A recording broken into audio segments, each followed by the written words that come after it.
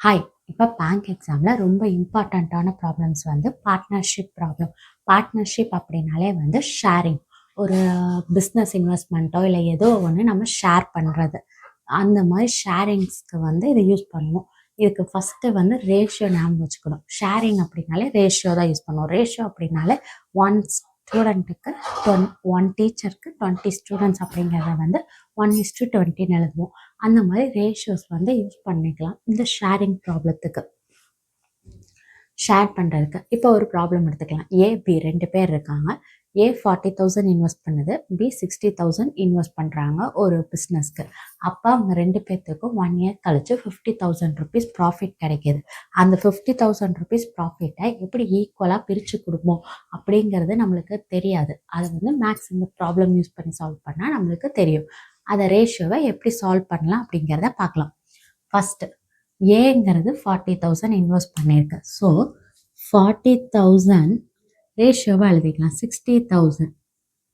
ரெண்டு பக்கமும் 4 zeros இருக்குது. 0 கேன்சல் ஆயிடும். 4:3 வந்து 2 டேபிளில் கேன்சல் பண்ணால் 2:3. இந்த மாதிரி எதுக்கு பிரிக்கிறோன்னா அப்போ தான் நமக்கு கேல்குலேஷன்ஸ் வந்து ஈஸியாக போட முடியும். அப்போ 3 + 2 மொத்தமாக 5 ஷேர்ஸ் அவங்களுக்கு இருக்கும். அந்த 5 ஷேர்ஸில் ஏக்கு வந்து 2 ஷேர்ஸ், பிக்கு வந்து 3 ஷேர்ஸ் அப்படின்னு நமக்கு இதை வச்சு சொல்ல முடியும். அப்போ அமௌண்ட் எவ்வளோ கொடுக்கணும் அப்படிங்கிறதுக்கு வந்து இப்போ ஏவோட ஷேர் அப்படிங்கிறப்ப ஏக்கு மொத்தமாக 5 ஷேர்ஸில் 2 ஷேர்ஸு, அமௌண்ட்டு வந்து 50,000. அமௌண்ட் வந்து 50,000 அப்படிங்கிறது. அப்போ ஏவோட ஷேர் வந்து மொத்தம் 5 ஷேர்ஸில் 2 ஷேர்ஸ் வந்து கொடுக்குறோம். அப்போ 2/5 அமௌண்ட் வந்து 50,000. அப்போ ஏக்கு எவ்வளோ அமௌண்ட் கொடுக்கணும் அப்படிங்கிறத கேன்சல் பண்ணலாம். 1. அப்போ ஏக்கு வந்து 20,000 ருபீஸ் கொடுக்கணும். இது நம்மளுக்கு தெரிஞ்சிருச்சு. பி ஷேர் வந்து நம்ம 3/5 இன்ட்டு 50,000 போடலாம். 2 பேர் தான் இருக்காங்க. மொத்த ப்ராஃபிட் அமௌண்ட் 50,000. அதில் 20,000 கொடுத்துட்டோம் அப்படின்னா பேலன்ஸ் வந்து 30,000 தான் இருக்கும். அப்போ பிக்கு வந்து நம்ம கொடுக்க வேண்டிய அமௌண்ட் 30,000. பிக்கு கொடுக்க வேண்டிய அமௌண்ட் வந்து 30,000, ஏக்கு கொடுக்க வேண்டிய அமௌண்ட் 20,000. இதை வச்சு நம்மளால ரேஷியோஸ் யூஸ் பண்ணி பார்ட்னர்ஷிப் ப்ராப்ளத்தை வந்து சால்வ் பண்ண முடியும். நெக்ஸ்ட் வந்து ஒரு மெயின் எக்ஸாம்ஸ்க்கு, பேங்க் எக்ஸாமில் மெயின் எக்ஸாமுக்கு கேட்கக்கூடிய ஒரு ஹார்ட் லெவல் ப்ராப்ளம் பார்க்கலாம்.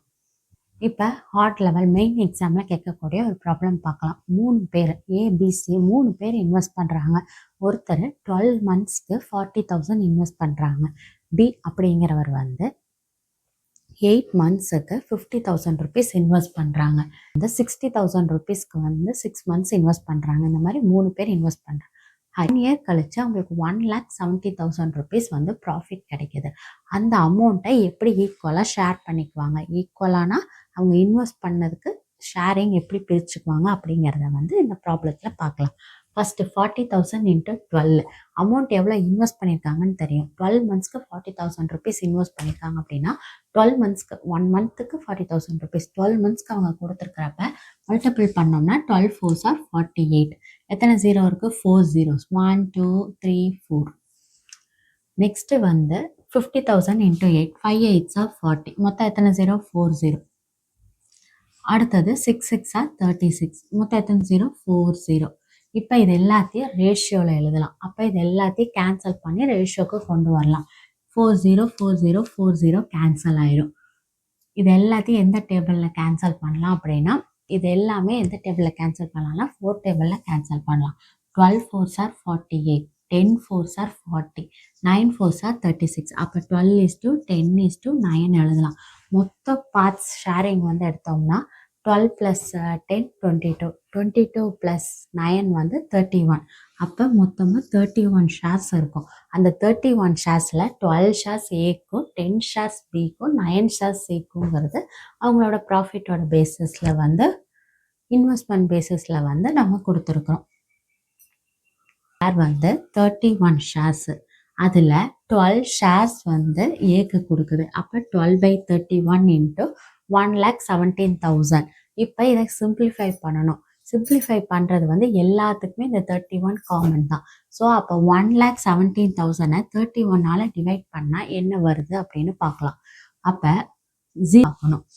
அப்போ இதை சிம்பிளிஃபை பண்ணோம்னா 1,17,000 டிவைடட் பை 31 சிம்பிளிஃபை பண்ணோம்னா நம்மளோட ஆன்சர் வந்து 774.19.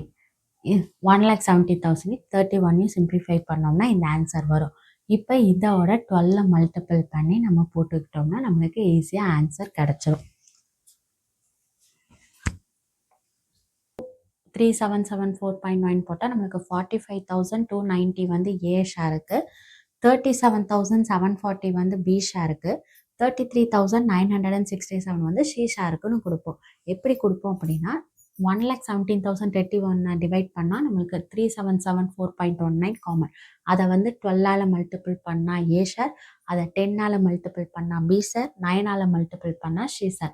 இந்த ஷேரில் 12:10:9 நம்மளுக்கு ஷேர் எவ்வளோ கொடுக்குறோன்னு தெரிஞ்சதுன்னா அதை வச்சு ஈஸியாக ப்ராப்ளம் சால்வ் பண்ணி போட்டுடலாம். இதோட சிம்பிளிஃபிகேஷனுக்கு மட்டும் டைம் எடுக்கும். மெயின் எக்ஸாம்ஸ்க்கு கொஞ்சம் டைம் எக்ஸ்ட்ரா கொடுத்துருப்பாங்க. ஸோ இதை வந்து சால்வ் பண்ணிக்கலாம். ஆனால் கொஞ்சம் கிரிட்டிக்கல் ப்ராப்ளம்ஸ் தான் சொல்யூஷன் போடுறதுக்கு. எனிவேஸ் ஆனால் ப்ராக்டிஸ் பண்ண இந்த ப்ராப்ளம்ஸ் எல்லாமே ஈஸியாக இருக்கும். So thank you.